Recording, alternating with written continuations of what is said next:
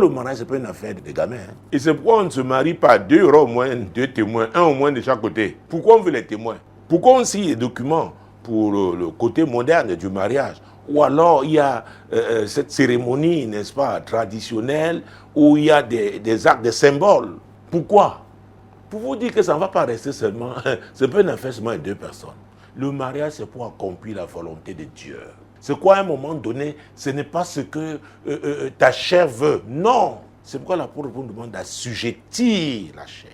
On doit désirer, avoir cette volonté, décider. Beaucoup, je rencontre de plus des gens qui ils veulent se marier, ils veulent que le Seigneur leur donne une épouse ou alors un mari, mais ils ne veulent pas eux-mêmes se soumettre à Jésus.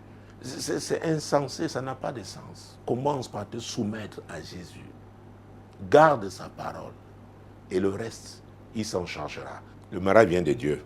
Et parce qu'il vient de Dieu, il faut qu'on le sache très bien. Et les hommes peuvent bien comprendre ce que je dis. Même les femmes.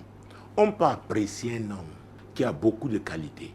Apprécier une femme qui a beaucoup de qualités. Mais si Dieu n'a pas prévu quelle sera ta femme, qui sera ton mari, ce mariage-là ne doit pas avoir lieu. La chair n'a pas de place. C'est pourquoi je dis aux jeunes hommes, enfin aux hommes, parce que je leur dis toujours, surtout, oui, les hommes, il est important d'identifier le plan de Dieu, la volonté de Dieu, avant de chercher une femme. À moins que Dieu vous pousse dans le mariage et il sait comment il va faire. Parce que vous épousez une femme qui n'a rien à voir avec la volonté de Dieu pour votre vie. Vous épousez un homme qui n'a rien à voir avec la volonté de Dieu pour votre vie. Vous allez souffrir. Vous pouvez être très beau, vous pouvez avoir beaucoup de biens, être très intelligent, mais c'est ça la catastrophe. Et le plan de Dieu peut être comme une folie pour les hommes.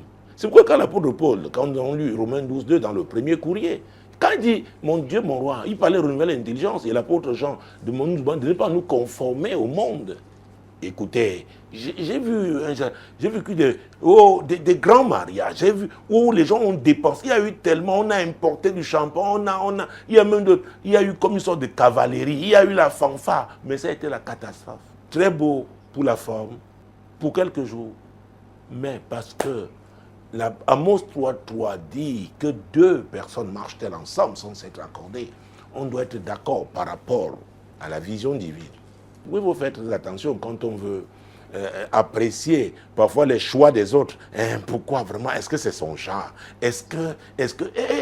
Laissez ça. C'est compliqué. Vous les femmes, est-ce que vous savez que la femme participe même à la considération de son mari? Même au plan physique. Hein? Vous vous souvenez, dans l'histoire d'Esther, comment Vasti a perdu sa place? Le roi avait demandé qu'elle vienne se pavaner pour qu'on voit sa beauté, pour qu'on voit. Même chez nous, ici au Cambodge, je n'entrerai pas dans les détails. Il y a une communauté quelque part, quand les femmes dansent, elles exhibent leur corps, et après, les jeunes filles exposent leurs seins. Pourquoi? Alors, si un homme veut que sa femme se mette d'une certaine manière, qu'elle s'arrange, écoute, il peut vouloir que tu changes les cadres de tes verres. Tu es là, tu as les cadres des années 50. Ils appellent la femme. Tu es là, tes pantalons, tes chemises sont bizarres. Et elle veut que, mais attends, tu es son gars, tu es son... Pour te dire que quand tu dis, pourquoi elle n'a pas épousé cette fille célibataire? Pourquoi elle est venue m'épouser? Peut-être elle a compris que c'est avec toi qui doit accomplir le plan de Dieu. Mais ce plan-là aussi, il y a le côté esthétique peut-être. Et les femmes commettent cette erreur. Oui, pourquoi tu l'as laissé venir m'épouser? Pourquoi tu n'es pas allé là-bas? Pourquoi? Le plan de Dieu. Mais toi, ajuste-toi. Écoutez, ça peut aller très loin. Comme j'ai parlé de l'esthétique, la joliesse, la façon de parler, de se conduire. Le mariage, c'est une construction. On est toujours, même notre vie chrétienne, c'est comme ça.